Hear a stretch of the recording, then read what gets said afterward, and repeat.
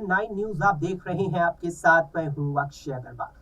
बीते मंगलवार की 19 दिसंबर को 28 राजनीतिक दलों से मिलकर बनी विपक्षी इंडिया गठबंधन की अहम बैठक हुई। इस बैठक में कई मुद्दों पर चर्चा होनी थी और इंडिया गठबंधन को कई फैसले भी लेने थे, लेकिन वे लिए नहीं गए। सबसे बड़ा फैसला इंडिया गठबंधन को यही लेना था कि 2024 के लोकसभा चुनावों में एनडीए के सामने उनकी तरफ से प्रधानमंत्री पद का दावेदार कौन होगा। इस पर कई नाम लगातार उठ रहे हैं। सबसे पहला नाम यहाँ कांग्रेस की तरफ से राहुल गांधी का आ रहा है, तो कांग्रेस की ही तरफ से कहीं ना कहीं चर्चाओं में मल्लिकार्जुन खड़गे का भी नाम था। इसके अलावा यहाँ जेडीयू के नीतीश कुमार, इसके अलावा यहाँ पर और भी कई ऐसे नाम थे जो इंडिया गठबंधन की ओर से प्रधानमंत्री पद के उम्मीदवार के तौर पर अपनी दावेदारी पेश कर रहे थे। लेकिन जो मीटिंग हुई, उस मीटिंग में जो नाम निकल करके सामने आया, उसने भी कहीं ना कहीं गठबंधन के अंदर विवाद पैदा कर दिया।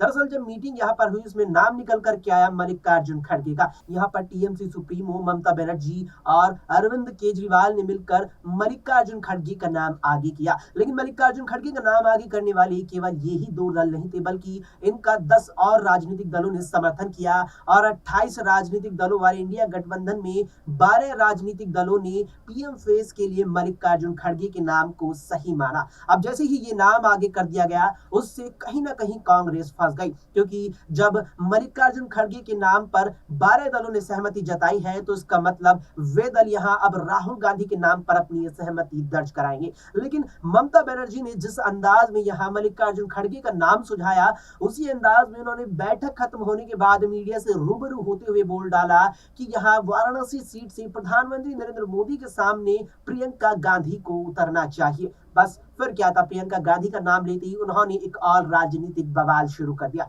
बवाल ऐसा शुरू किया कि प्रियंका गांधी जो अभी तक किसी भी लोकसभा चुनाव में उतरी नहीं है, जो अभी तक किसी भी लोकसभा सीट से चुनाव नहीं लड़ी है, उनको लेकर के ममता बनर्जी ने कह डाला कि 2024 में चुनाव लड़िए, और वो भी पीएम मोदी के सामने उनकी वाराणसी लोकसभा सीट से। इसके बाद से बवाल खड़ा हो गया कि यह ममता बनर्जी ने ऐसा क्यों कहा। दरअसल जिस तरह से प्रधानमंत्री नरेंद्र मोदी ने 2014 के लोकसभा चुनावों में वाराणसी लोकसभा सीट से चुनाव लड़ा था, तो उस वक्त भी उन्हें भारी अंतर से जीत मिली थी। इतना ही नहीं, 2019 के लोकसभा चुनावों में भी पीएम मोदी ने इसी सीट से चुनाव लड़ा और उनका जीत का अंतर बहुत ही ज्यादा रहा था।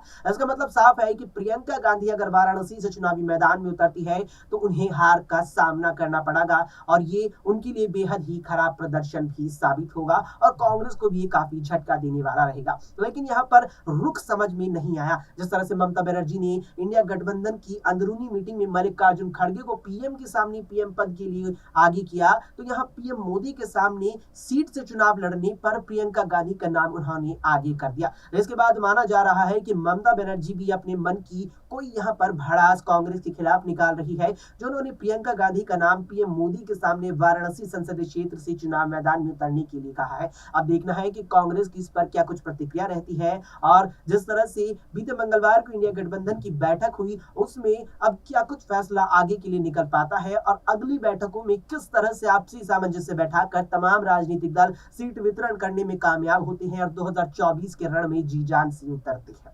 फिलहाल के इस वीडियो में इतना ही। देश और दुनिया की तमाम खबरों के लिए आप देखते रहें SPN9 न्यूज।